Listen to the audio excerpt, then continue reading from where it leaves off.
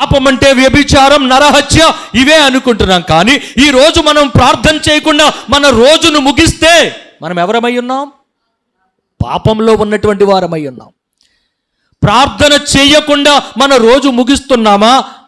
దేవుని సన్నిధిలో ప్రార్థన చేయకపోవడం పాపమని రాయబడి ఉన్నది. కనుక ప్రియమైనటువంటి దేవుని బిడ్డలారా, మనం నిలుచున్నాం, మనం బాగానే ఉన్నాం, ఏ తప్పిదము చేయలేదు, ఈ రోజంతా చాలా బాగున్నాం అనుకున్నాం. కానీ ఎక్కడో ఒక చోట మిస్ అయింది. ప్రార్థన చేయకపోవడం కూడా పాపమే. అందుకని అంత నీతిమంతులుగా ఉన్నప్పటికీ కూడా ప్రతిరోజు మనం ఏం చేసుకుంటామంటే దేవుణ్ణి కృప కొరకు అడుగుతూ ఉండాలి.